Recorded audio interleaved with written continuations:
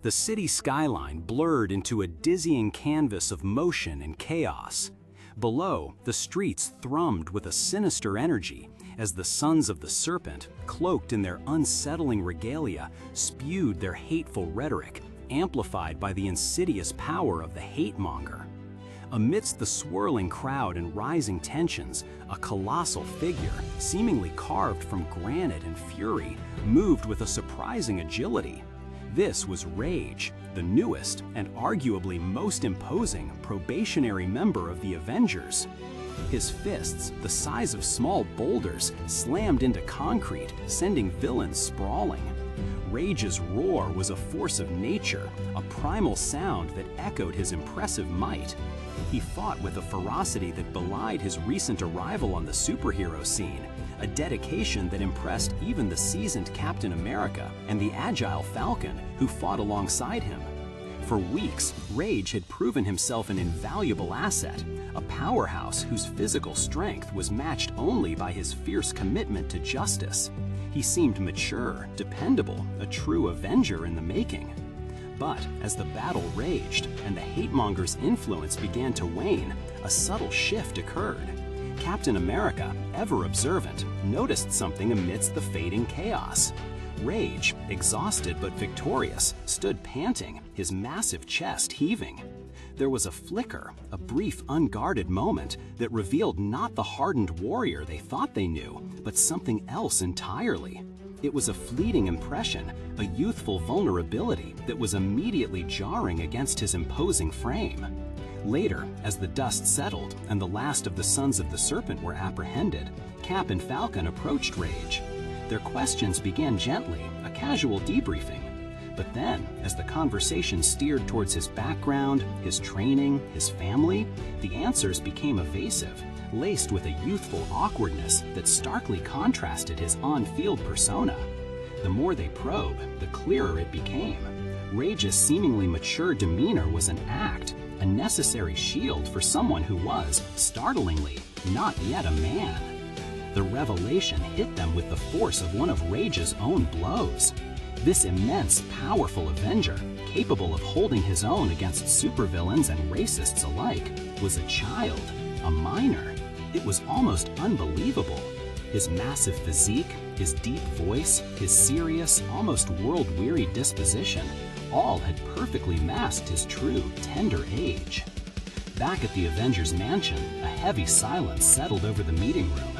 Captain America, his brow furrowed with concern, laid out the facts. Falcon, equally troubled, corroborated the details.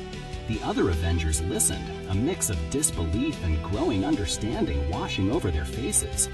This was not a question of Rage's capability. His valor and strength were undeniable. This was a question of something far more fundamental: responsibility and regulation.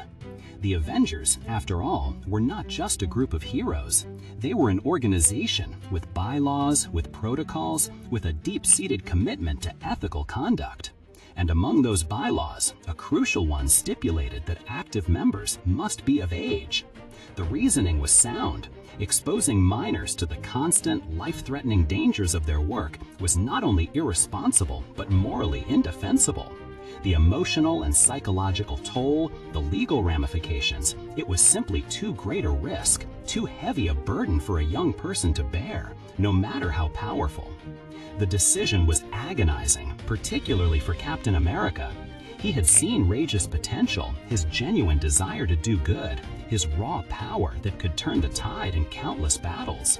To lose such an ally, especially one so dedicated, was a blow.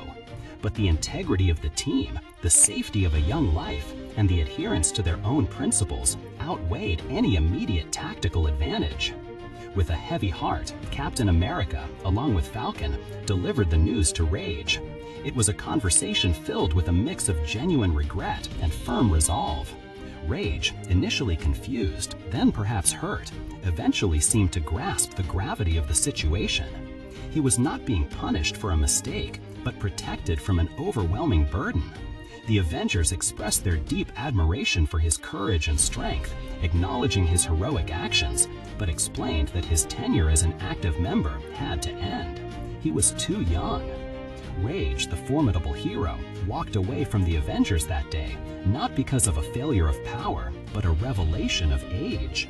His departure highlighted a profound aspect of the Avengers' character, their unwavering commitment to their internal regulations and their sense of responsibility, even when it meant making a difficult, unpopular, and seemingly counterintuitive decision.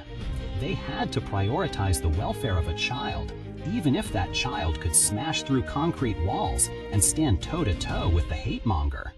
This story of Rage's reveal is a poignant reminder that even in the world of superheroes, rules matter, principles matter, and sometimes the most heroic act is not found in a grand battle, but in the quiet, difficult choices made to protect those who are most vulnerable, regardless of their perceived strength.